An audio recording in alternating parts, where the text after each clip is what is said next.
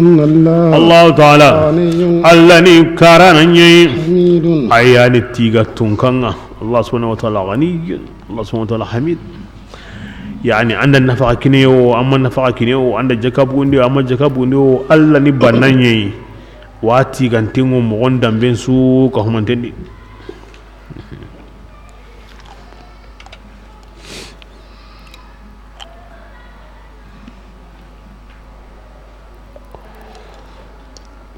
majinan konti ki aya yanka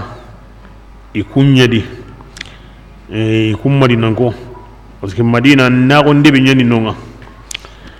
siruwono ndedigi na gondi iro jombo ngorni jombo num pili worni warna jongi alla farem sirem kenken nambangenga aywa siru nyino yoti dati bire ngure siru o yigandenti maga inda dullu ina diga ken nokuya ina gumango tuna ina tamaron jombo jongi ndeke katu himbe ganda yere tamaro lemme hommise hokkante ina yiga tinga tongu nyi meseru ngono kullanta ko sire nyi manyana ina digi na gondi iro tamaro jombo be ga worni hok chompo ton tengadi ho wadi an no gonsu kamondelo konyutunga wo iwarna jongi iro husir lantarni nakin allah ti kunya da kamaga angna diga antindi maga hoburen kere kere na dango kinkini allah hoburen ni maniya anyi me ganta duguna himbe diga nan tambon to karunga manga ndai ya he kundunga no kama kinya wona ngani honkini garibunga maga nya himbe kana mogontai anyi me duguna himbe melli gana an tambonga maga kimmen kini allah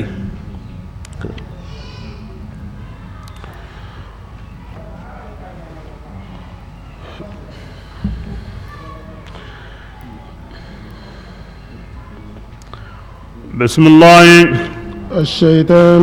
الله تعالى الشيطان يدي يعيدكم أيانا أنكم يننا الفقر أيوا فقراء نانكرون دي أو أنكرون دي أنا كسكني أنيانا كمو أنا كيكني أني مقلنا أني مقا أو كين الله يعين كاني نكين ران نقولي أنو قصة ران قل سرين توامع ويأمركم كبرنا الشيطان واقع يأمرني يبخلا غبرنا بخلا غبرنا كمباني جاكا كني مبلغوا Allah beda kamutu miklokina ngenga ana tandu miklokina Allah akan takini Allah rementa Allah maanga wakine mare menta maanga wakine anna kinni anyime mare munye anna kinni anyime tagalle munye anyime me adamare mube koringa wi anna kinni kunye uda bakhila un taqtu jaka kinni balagun والله الله تعالى يعدكم كن قواغا أو أغنيننا أفري قوريا اللي تنقاغونا أدف فسمون داغو قوريا الله تعالى يربين تنقنيني أياني توانا بالمنفق من غيره الله سبحانه وتعالى وتناندا أكيني بالصوت المغا أكيني دي أنا داكيني أسره فحشاي السوق القرآن دي أسمى ناني جيني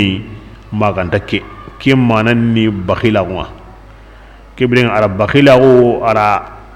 awasa boneya iraro jenen ka hutore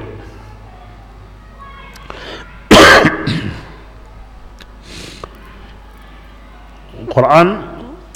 aw mushakala yana arab kanandi idi shaytan ya'idukum an kana to wa'idun yani Allah ta'ala qala ati ya'idukum nani kini wa'du donc kimme nu Quran dal mushakala na diga munya na me xamanta naw na ñi mana ni tabana donc balagu mun magariti awa amega ngabana kenya ay kitro ni mushakala Allah subhanahu wa ta'ala ago ñina be kinni nafaka ndanunga akon tengu malikanu go Allah ma malikanu hillani malikanu daiman be suri batiyani kum malikanu hilli batiyenga ni kebeya banin gangundi kanayna o duwa nyana awni Allah sirebe ga wi qallello no anke Allah dinal lakenga ho warabateni Allahumma a'ti munfiqan khulfa Allah kome su ga wono aga won nafa nanya nange Allah jatin sa war ho warabateni kendi kembati nga daiman banin batiyeni maniya kendi langande nga ana kullangana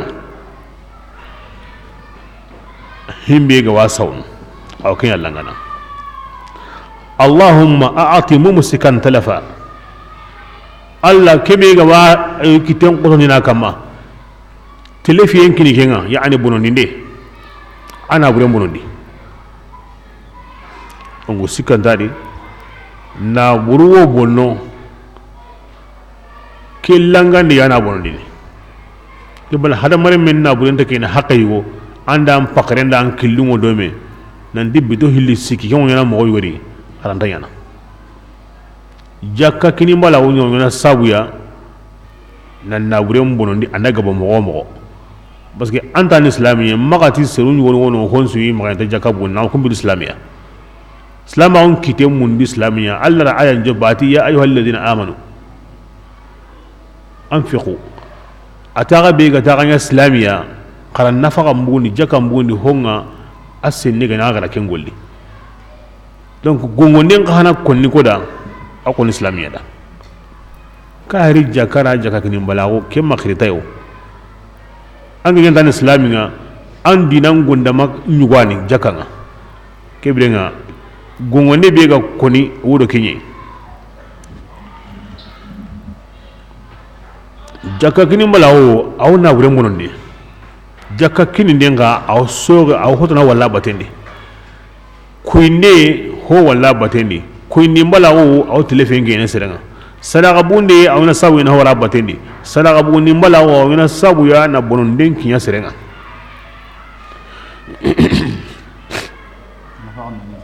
na'um anonen su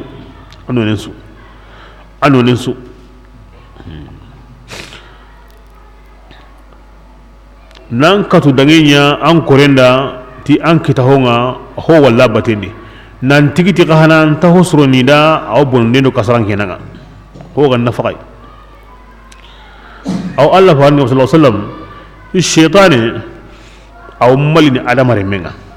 malikan yunu qawno malni adamare menga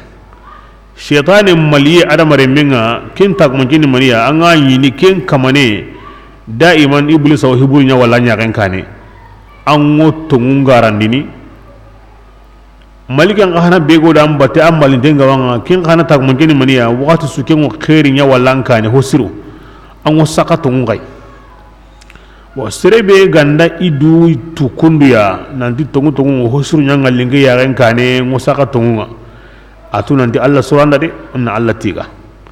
serebe ganda idu nyi mogobane kedi wal iyaz billah arno kusindi kenga anna atu nanti shaitan ya waram batede hosrin da wallangen kane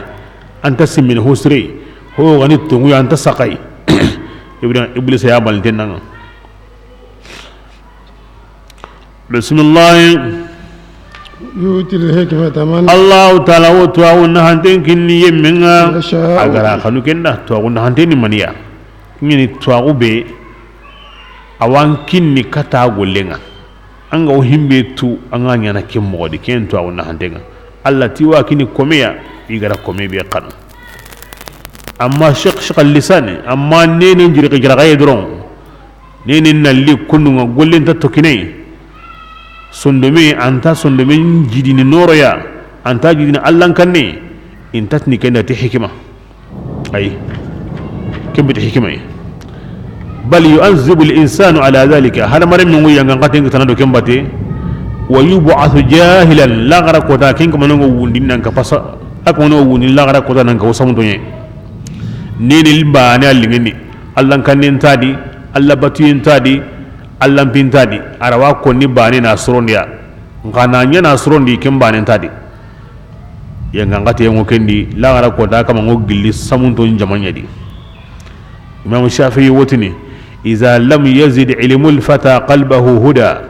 wa siratuhu adlan wa akhlaquhu husna fabashshirhu anna Allah awlahu niqmatan yushakkilu biha min qablu man ubida al-wathna ينكل بها من قبل من عبد الوثن تي حدمر من توغونغا ما أصن من جيدي كانديا أجوكو أما جوكون جيدي تلنون تاغويا أما أكبارين جيدي سوريا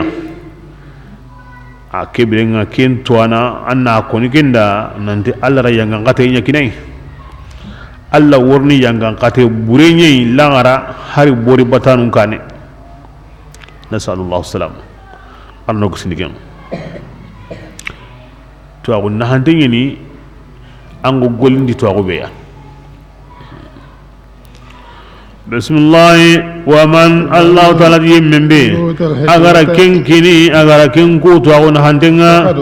abadi allah kenku khairiya kathira kenga bingani de basna walla garni nalli tanga ila sa'adat al abadiyya katawla linta duman tenga arna kenkinoy وما يذكر قصر سنت واجني القرآن ما كانت حق رسول دنقونيا وما هم بيد أغرك النفقة باللي النفقة نون سويا على جاكا نو فردا قل ما نيا سلاغ كل نو أنون سو أو نظرتم ما تكي أغرك تكيغا باللي تكي سويا أغرك تكي كتماندي فإن قراتنا عند الله تعالى الله كنتو دي من أنصار amma nya gilli de mandana الظالمين nyundanu ndade kindi koni jaka kini mbalanu aro takiti mambali nu de mandana ntiya bela kebe Allah gala sigi nanti wo ikitandini ti masibai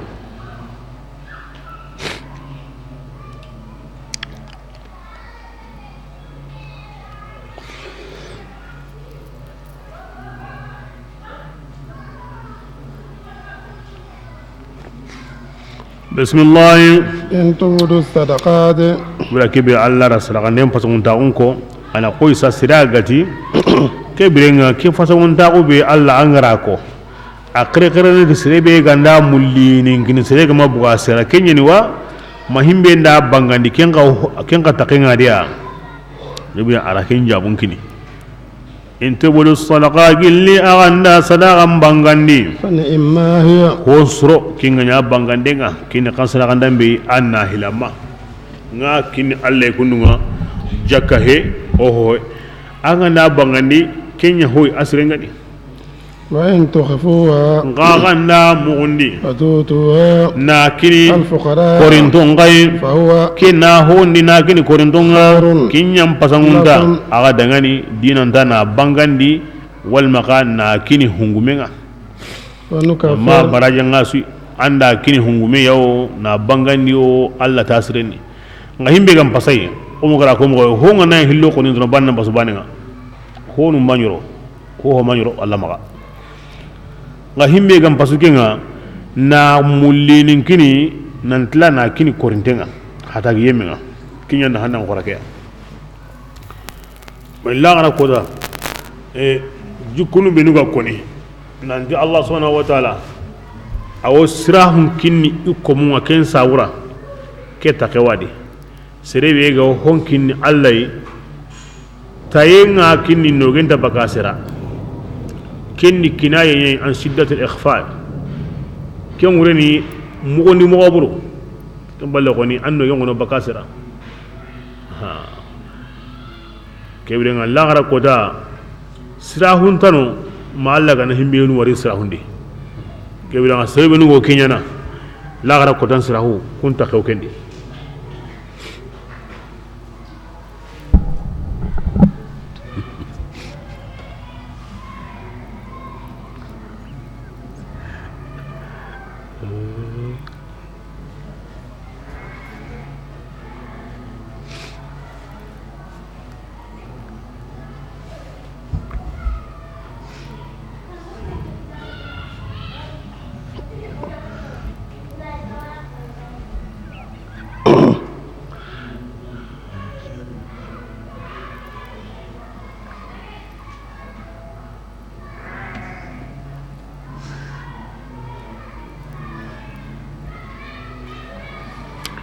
ya woni wari igajam misrin ni do sigram bade ile himbe tate ak mo ne mbuna ndiga sigino kutana aya ku wala gajam sigram bade jaja angana siga gen tate misrin ni woni awo a hoy wona atayinda baka no yamba hoy wona atayinda baka sira tayemba yanga hoy wona no yamba ngenda baka sira jage ni ganya nyimi ngaja asigi ndo boto sero ko yana batu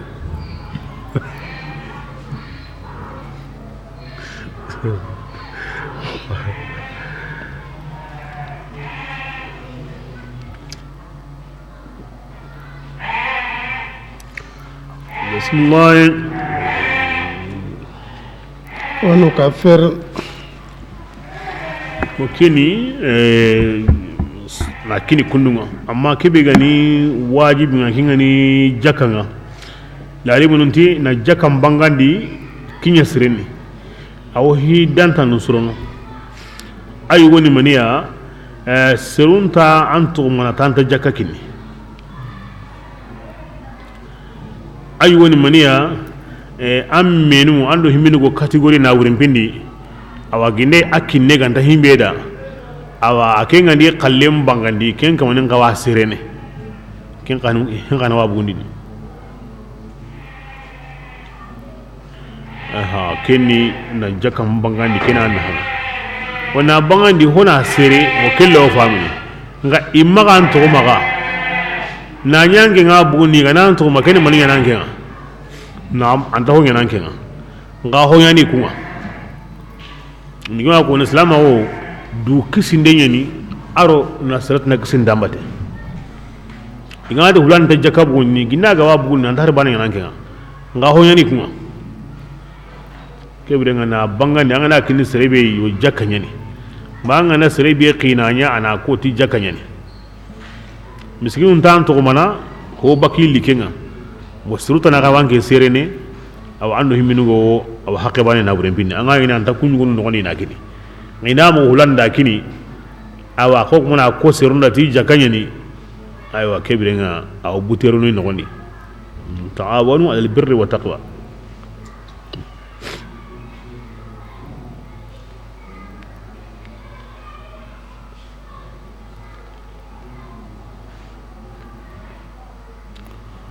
بسم الله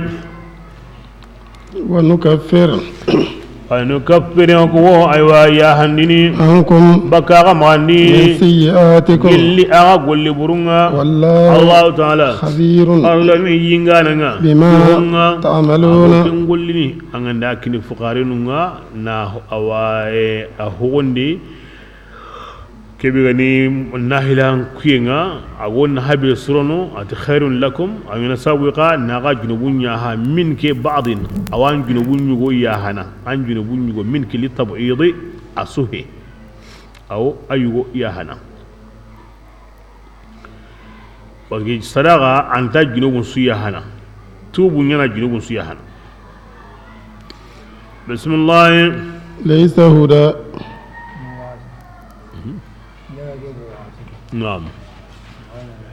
جكم بقواتي سوغين ناي أنا نتلا حتى أنا نتلا أو كم أنا كتون دنيا وقتي كبي جندين أيوا كنشني أو كم يلنتر نكاني نيا ما كنشة كبرنا أنا نكتره جلا غمري أسوكني جندين أنا نكتر أنا ما كتلا وري دورا أنا ورا نقو selingundo jagondo sugundo bogongilindo kengenyunga ndayan nokobe anna abundi ma saude abundi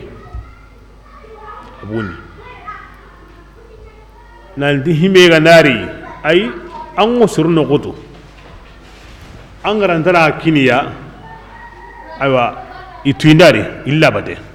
min wallahi nay be su hata gandeto ma saw an na jakan saw aga na bono atu warungan kama asabati siza naldi awa gajarun do kengin do bongilungo himbe wutunu hunchendi haramare min maga sinendi gajabane aro kilonu segi wutunu sere maga ewa kengin do bongille awa ganda ya antate iro kilonu nagati wutunu amaga yo kenga benga nega sugondo jaganta kenta kendi kuyu tunta kenta kendi ya ma jakan saw jakan ngana buga ma jakan pitam boy fep feke ko monti angana jakan bunna ka huma me manga na bono na jaka kya to kono tanta gemme anna wutu anta gemme anna ya hoya anna buguni na anyi meduro ngoto ko milan bohe anna bonam maga harati ya sabura ngatu kana wa kemo gani na buren kana anda kinyi ajja ka bugundi maga wara na nyana andu ko nando ko ni mani mari me be ga nari kungo kanda ango kamuli be kinai anna wutu baka jakani har gine jakani mi gantano hina waga jaka anna wala kenna tambolo allai anda geme har na buguni na wara ken sabura anta geme kille makin anyi mi halle anna saha jaka ngana kenki wakati anna bugade angina saha ni yando alla naga andi alla jaka ngorni nake wutu anda kin na bugun jakandi amma sime mo sirre himberanku kame serro menaga on kuna hangeliga kenta na honne be kini anna kenya mogori nandu ko hutikenga maganya an suron taunga maganya an kati sonnenga sirin wan ko ti jaka ngokindi kunga ange mpohe kunya honi alla anti jaka ngini ke kaltenu segiya I waran serediwa anga kini ima waran mare mediwa anga kini donc alla serenya ni na waran mare medi waran kati dungini waran de dingini anna kini ya kembal iganta hari antu ille madi igo jaka kini staqini wajibi ni ya honi anna kini ya anta gemena jaka ngara na awara nandu ko hutay komi ga na jaka kini komi alla gara ko mo kowe andal lunganda amare me be ga ndari tanta kini jaka kini mbala ngoni gongo ni antarno kendi alla ma ho munda maga anna kini ke na bureya masohoya madaba ya mahimbe ga jaka mbane kem pallanga na himbe nya kem palle keni khirinya ngi nka o khirinya ngi o jaka ngalla kenya botendi na nyi khirin tawdi donc jaka ndawal khirinya ngi botendi de jakani lembonye ampay mangasa tukana mo bede ala mangasa ngem pa mo gendi ampay an kuran fakati dun tukana mo be ango jin tukana mo be donc keni me lembo be anga wa bondi ni taxi be anga wa bondi douani nga anti ge ganta keni mo bede wa jaka ngani kem mo nye misalliya ango kinkini na kuran di mo be au jaka na wajibi dan kamadina dakenga kuma war problème be wono sisa angara soronta ko beenya doangi ngana qaso lembo kina ngana qaso mini gon taxin tambango kamu hilli wuginu kare be kini yana qaso hankama yugo gandari wakati be ken wotini ki haminta kendi atambo nyano ke wona matuke awo soronda wa kem mo bana yani angana soro mo mo angama alla taxi ke ngani jakka ngantar bana soronda wa taxi ke kana soronta ko kenta wala ko mendi donc jakanta sayni onwa buguni niya na kini seru ya himini wasta hakene maga warano unsuronta ko nganya ken kumem paka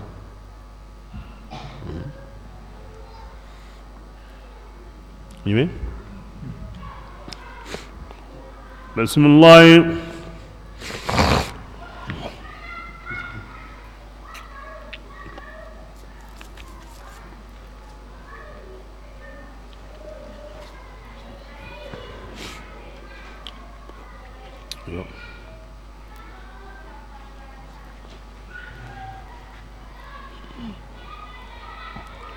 ليس هداهم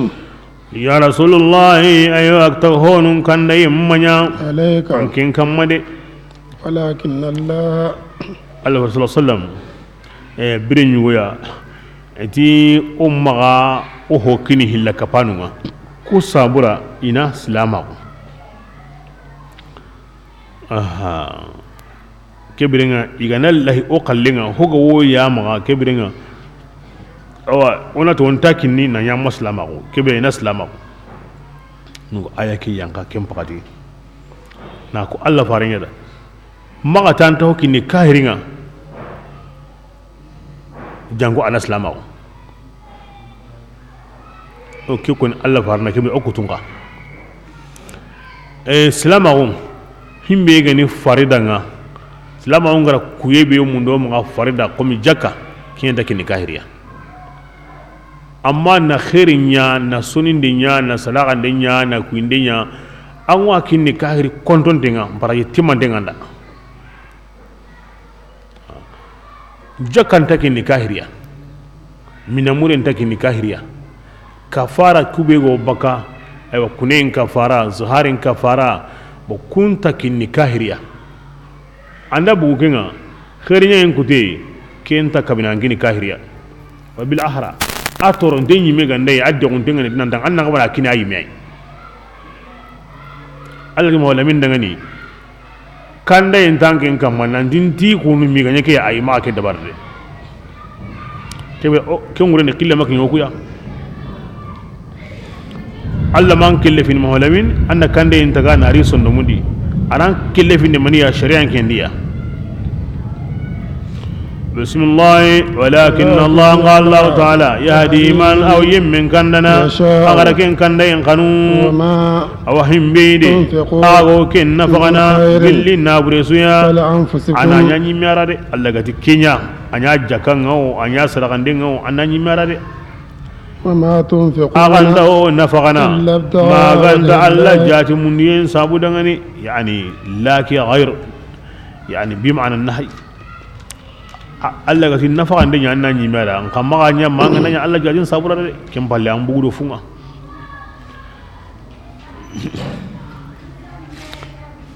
kebiran angati walakin Allah yahdi man yasha Allah na yemme kandana agar kande en kanu srebeda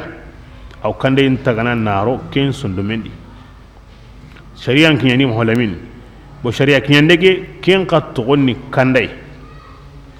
na sabunya Allah da ko Qur'ana gida warni kane wali kulli qaumin hadin sirawo sirga wono kandan dana wo idangani kinni mani ya shari'a kinya nindana ini kengure ne shari'a kinya nindana qaw qilli ti kandan dana kebirenga konu golli ni kin annabi nyimmu aro la alimunu ho go khairin kinya nasrun sonda munga mo kebirenga ken qilli kandan dana na sabunya allati li kulli qaumin hadin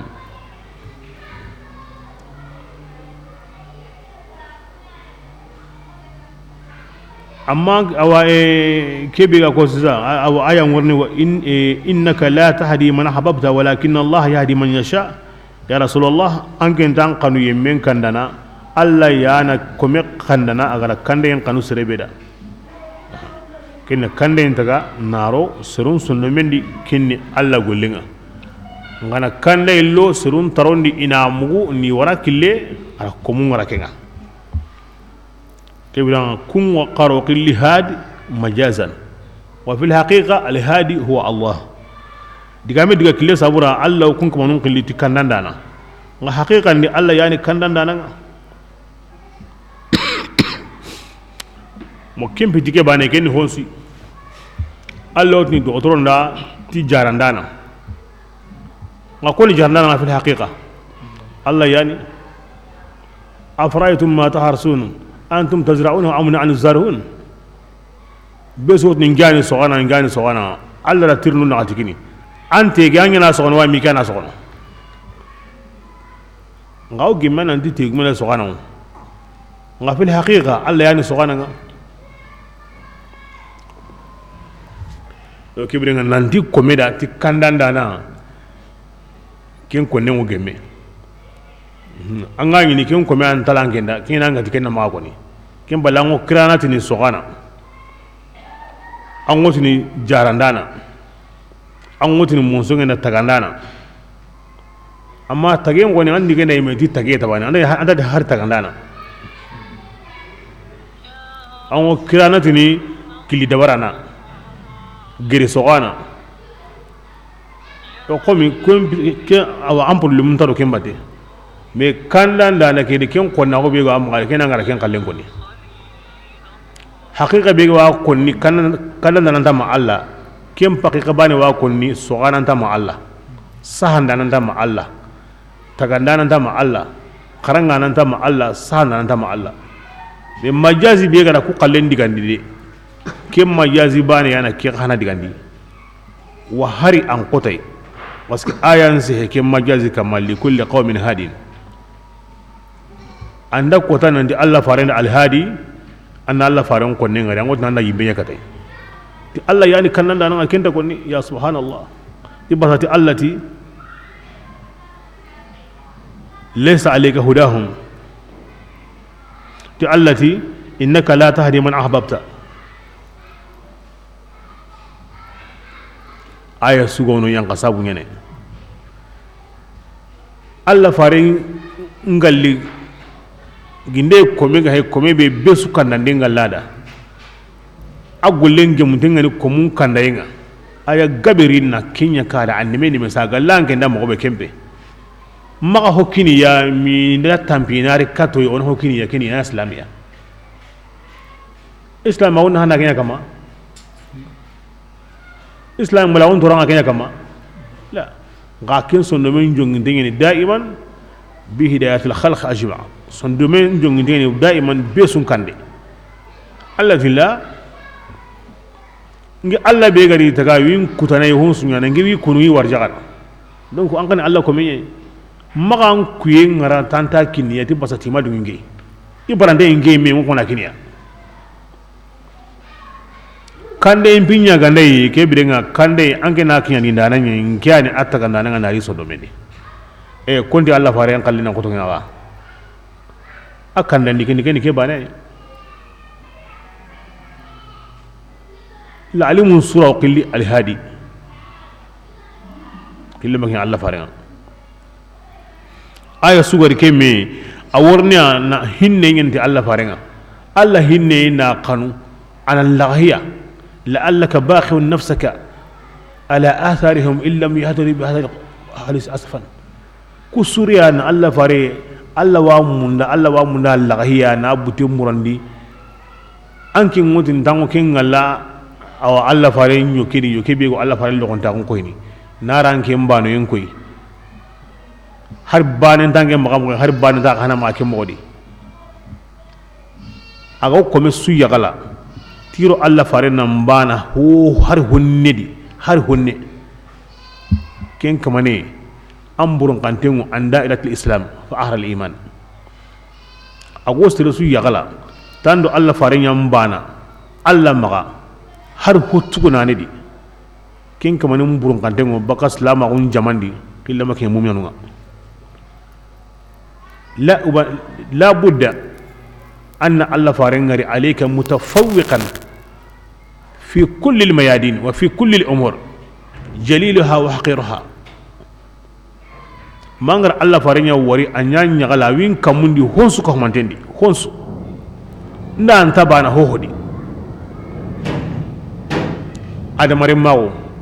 anime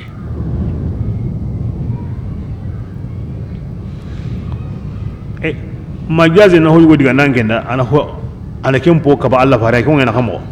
hoyo ro diga na Allah fara ngena ka be nangenga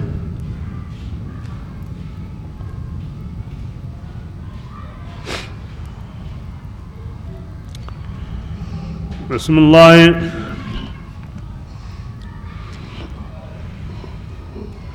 وما الله تعالى تهم بي تنفقوا وكن نفقنا كل خير ونسيا أغاو أريانا غيم من دغاني بس أبرا ينا نيميدا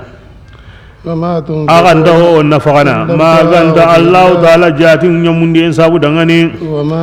أتهم بي دي أغاو كن نفقنا كل خير ونسيا الله تعالى وبرجن تماندني أغا دغاني أنكم أوان خير نيغانوكو الله تعالى انتاقا توينة هربانيا أنت هو ناقصنا برجن غادي بسم الله صدقات ni kebe gani aywa sadaqa nunga yani akhbaran kanuntengo akinni koy للفقراء aw kinni aw hatagi yamunye ngali sadaqa ahusre lakin fuqara nunga hatagi yamu الذين kunyemu benu أغسروا igara iyenkin habusi في سبيل Allah الله ta'ala killendi iri yimme waraka songa Allah killen sabor yani iri yimme kini Allah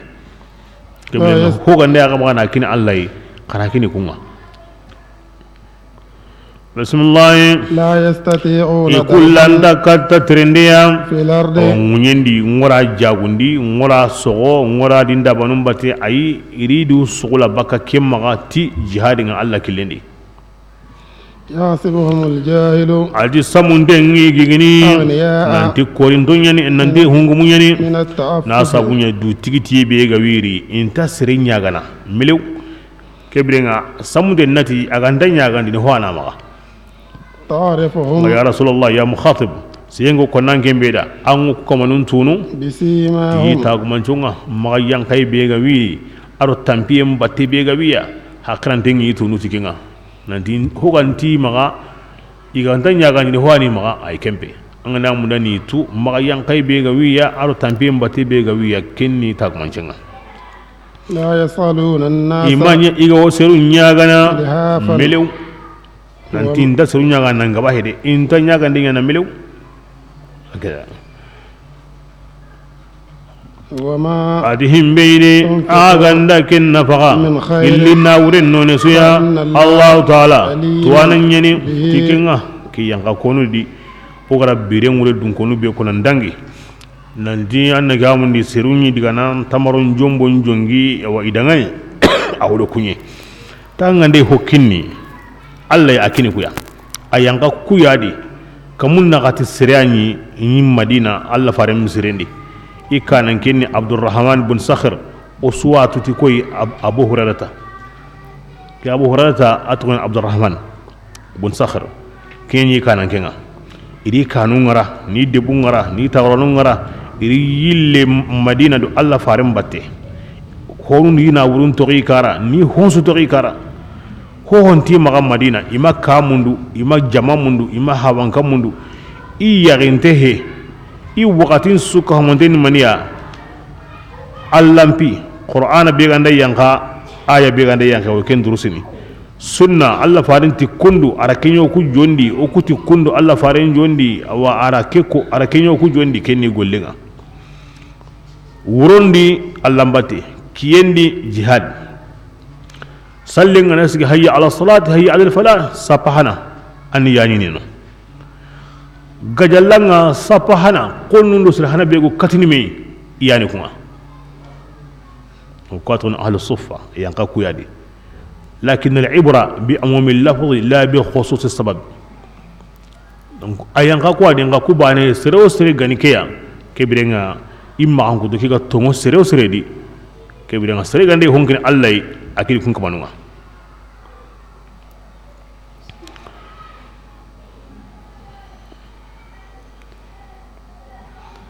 بسم الله الذين يم بينوا ينفقون أموالهم وينابر النفقنا ورندي يوان نفقنا كيني يوان نفقنا غندوني أربانغا يني كم براجين يدغني يكمن نديني كانوا يمنيا كوكمانون كما يمنيا يمغا يغا وسنونو دي هكذا الذين أبو غسيد رضي الله عنه كآية وتمنا كما tannagate wujunu nyama ammen kalle ara tammunkina Allah yi wurondi na tammunkina kiyendi na tammunkina gundondi na tammunkina Allah yi bangande di aliyu karramallahu wajhahu ke aya woto nguna ka ke aya wa khana qilli dinarun nagati nyama hoto nan ta ma kempalle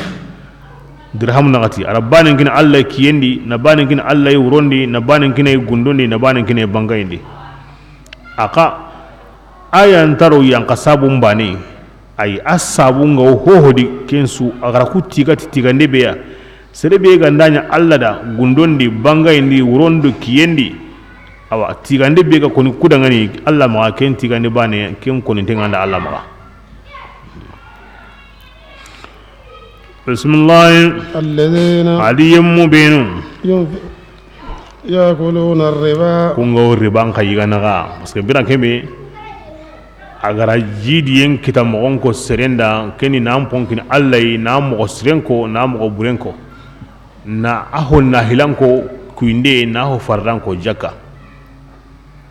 na akini wakatin go bakatin tay anga akini Allah wuro kiyo gundo bangayo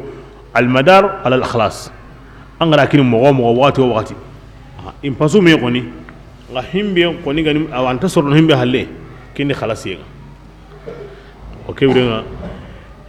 mundunda na qoru awa na hokita ke anta baka ke mori mangaro riba yigen kadi mundu ni mo sire keni jakabugunde aluna kini allah toro ndehe warati ndehe du kwentago he ti khalsati mantenga mundu ni mo bure nduro magabu hohodi kebrenga kempo bure hana kempa bo keni riba be qur'an o hin tokki ni meke mo godi anda honko ho sire ho naganunke ho bure akon ke mo godi riba ho bure qur'an ra haramundi alla farenda haramundi lalim nun ka ho kanenda haramundi kebde nga sire be gandati honta riba nga bane anya kahiriya parce que min jumlatima kullu ma huwa ma'lum bidarura fi din la yunkar Allah gar himbe sabatini ta haramtini Allah farenga sabatini ta haramtini ijma'un ta haramtini angara ken digandi bane anya kahiriya ntara asire he ngan ntara ke wala yo koni mo gotana kenga nga har banan tay anya kahiriya riba yigaye abiri biru yekempa hadise gabira ko ayu go hayke ke bane o sere wasana ti alla la riba yiga na langa himbe go be sina ko be ngara kellanga komi be ga wa sahana ra kellanga himbe ga nya ko be ga shedan ara kellanga yani o tini an danya awa hadamare ma on pakare mo nga kebira gurgumen gona kallan ko tasu komi ko ni kallan ne wasi a shedan ko ni kallenga be la Allah faranti ati asuka mandin nambana langandendi kulluhum fil la'nati sawa kembira angen sheda duro antal likinya kanne sere ganda ankri linya ke sheda riba pinya ganai amma min amma jogo tantanya naide Allah faranti himbe hayrni awa agorel ligana wari jubandi anange be kallenga sheda on duro ngata kasumbana langandendi an kalleni sahande ay nin to arunya rigana Allah farid sallallahu alaihi wasallam himbe ga gore ligana anda sumbana langande di kisuna li tahzir nda salani du mo tay ati bitama gantore de nguro ira yugo nyugo wari Allah farid ngi mana ko ni awo kinyini hore mpangendi hore njindi ay mok mona gide ngutu nari dura kende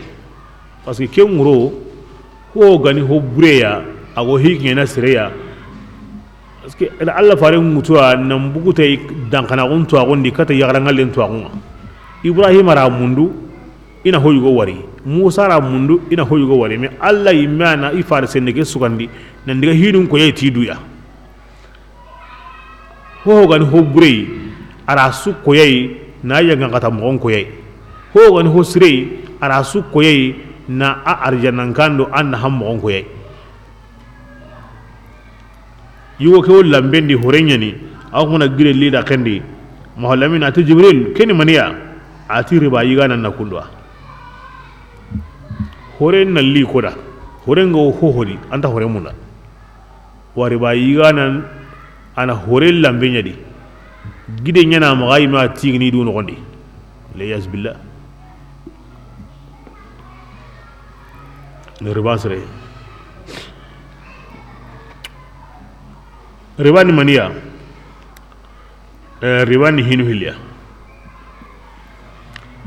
riba nasa wa riba ziyada dugunde ngalle wal majidi ngalle o kamu hilli sumunanga ganga da tugana o datini qaso yumi qaso hilli aywa kebirenga o gana tona kamu hilli golli bitigigedi qaso hilli goni ngotanga de tanade banga na tugana kebirenga ngotanga te kapay ko mundu mo bureni kwa ande inge me ma ke wuce no gondi kew kapay ina ke ga janta woni keni ngati mundu mo bureni kamu hilli naam na ba kamu hilli ngina dina golle qasu hilli ngo bina ni tanade kebrenga ango tampille kapa kamu kulli anga na twana angi mo ni kenda lingi parce que tungun kamu hilli surama qasu hilli ngo bina ni kitana ngatina adina muga ka hima angi ma kenna langa mo kini riba nyugo riba hillandi kini date bo kenya ni mo siri arabun ma ngo kamu hilli tamornanga date ni alharin kotanga mais alharin anga ma kini awa gro hillo kapai alhari anga ma kini hillo tano kapai yani dati o dati aga makkinya doron ho kapai mais anga nakin nangi muti dati nga honta kapai kem pakati problem ni korona nga ni himbe ga ka tambo ni me kenyi menga bonta tambo ni me miskine korinde honda ma awdu ngene ngana ka tawati be ngatu nan woni munyina do bo ku hilani riba wa min huna aslama onti serengo miskine ndiye manaya me kudi anda de ma wa manda choro amma de ma serega tin sumu ko ne anta maga anya yille yawo anya gure yawo anta maga anda sumunu me ngana tugana mu kapai amma de ma anda choro anda jagwa kama anga ma kini dati ngam kapai anda yake maga awrna sumuwa dan muslima on dona me de ma amati ona me choro lakin riba paramundi islama on di dati ngana kinye aga makitena tuga anga dukoa aga na qur'an nan sabat na di honta maga anna dukoa korinde antarno kaso anda anta katinanda anta kainanda ando ka pangoring anna dukoa kini wajibinga kanantanya hari kini mustahabu nye mai ke mustahabu barayen nan koronta wajibi ke serebe nu kana lagara kota iga warno sirahunga ken ka sere takawadi serebe agar korinte mbarindi serelli katanga tambolinga anda tambolle qasobane qason kinye amakite antan no kudambesu wajibi anna dugu katabla rakita nga himbe gani mustahabu nga anna tanya hadi manna hukotanya hekendi kinye mustahabu nga baraje bego kengade kungina sabu ila gara kotan sira aki anta wali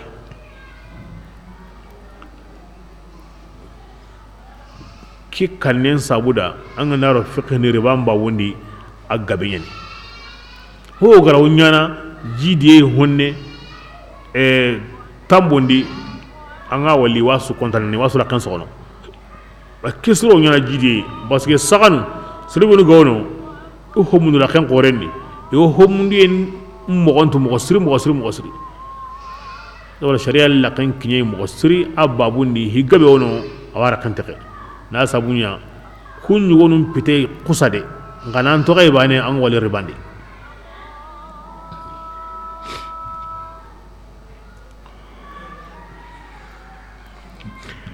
ebirenga honsu ke misali honsu qaye ara hokante andage man yemme jonko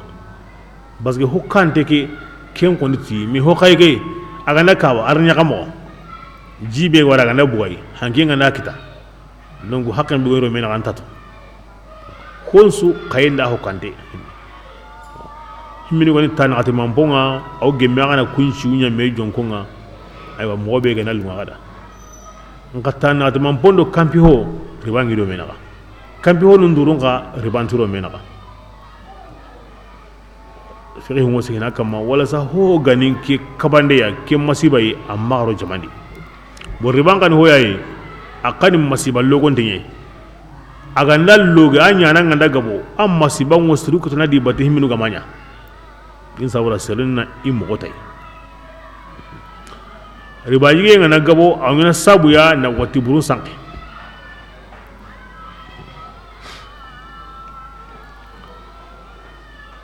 بسم الله